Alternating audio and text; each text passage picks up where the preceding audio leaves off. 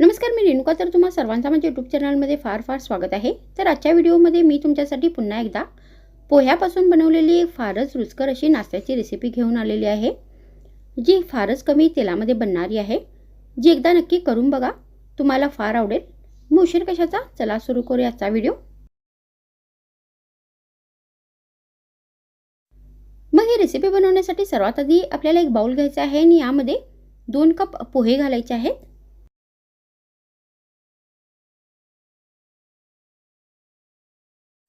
त्यानंतर आपल्याला याच्यामध्ये अर्धा ग्लास पाणी घालायचं आहे आणि आता हे पोहे स्वच्छ धुवून घ्यायचे आहेत आणि यामधील सगळे पाणी काढून टाकायचं आहे. त्यानंतर आपल्याला परत याच्यामध्ये 1 कप पाणी घालायचं आहे आणि आता हे पोहे आपल्याला 5 मिनिटापर्यंत असेच भिजून ठेवायचे आहेत.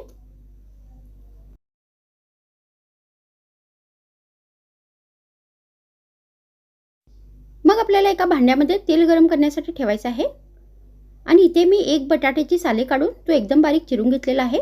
तर हा बटाटा आपल्याला या तेलात घालायचा आहे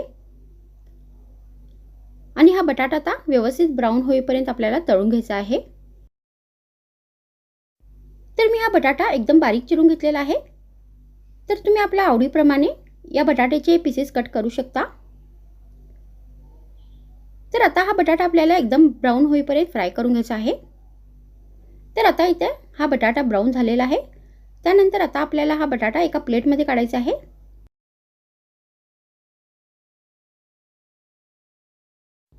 आणि आता इथे हे पोहे पण व्यवस्थित भिजलेले आहेत. त्यानंतर आता आपल्याला याच्यामध्ये बाकीचे साहित्य घालायचे आहेत. तर सर्वात आधी आपल्याला याच्यामध्ये अर्धा चमचा हळदीची पावडर घालायची आहे.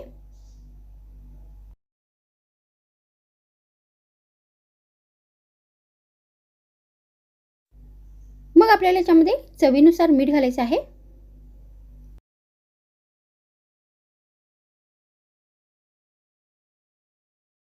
त्यानंतर आपल्याला याच्यामध्ये चवीनुसार साखर घालायची आहे.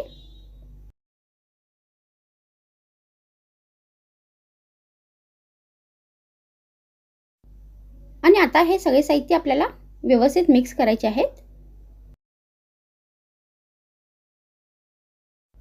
मग हे सगळे साहित्य व्यवस्थित मिक्स झाल्यानंतर आता आपल्याला या रेसिपीसाठी फोडणी तयार करून घ्यायची आहे. तर त्यासाठी आपल्याला परत एक गॅसवर भांडी ठेवायची आहे आणि यामध्ये 1 चमचा तेल घालायचं आहे. त्यानंतर याच्यामध्ये 1 चमचा मोहरी घालायची आहे. मग आपल्याला याच्यामध्ये 1 चमचा जिरे घालायचं आहे.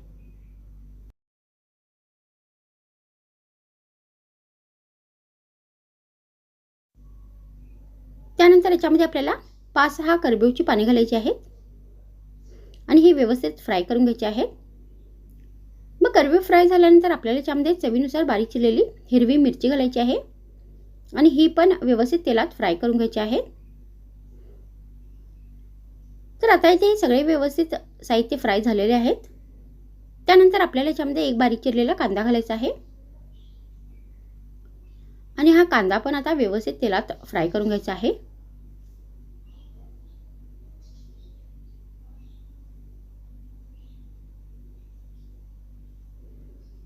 तर आता इथे कांदा पण व्यवस्थित फ्राय झालेला आहे.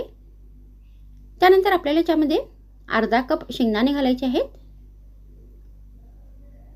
तर मी इथे शेंगदाण्याची साले नाही काढून घेतलेली आहेत. तर तुम्ही ही साले काढून पण शेंगदाण्याचा वापर करू शकता. तर आता आपल्याला परत हे सगळे साहित्य व्यवस्थित मिक्स करायचे आहेत आणि या रेसिपीसाठी ही फोडणी तयार करून घ्यायची आहे. तर आता इथे ही फोडणी तयार झालेली आहे. त्यानंतर आता आपल्याला ही गरमच फोडणी या पोह्यामध्ये घालायची आहे.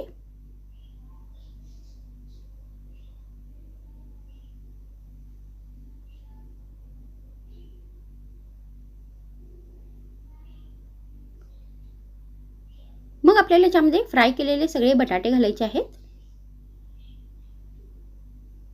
आणि आता हे सगळे साहित्य परत आपल्याला व्यवस्थित मिक्स करून घ्यायचे आहेत.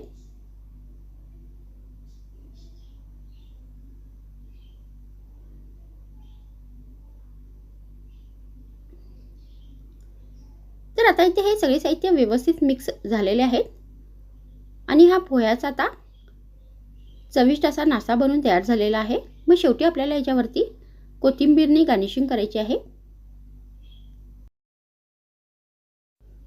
तर अशा पद्धतीने हा पोह्याचा तुम्ही चविष्ट नाश्ता बनवून गरमागरम नाश्त्यामध्ये सर्व करू शकता।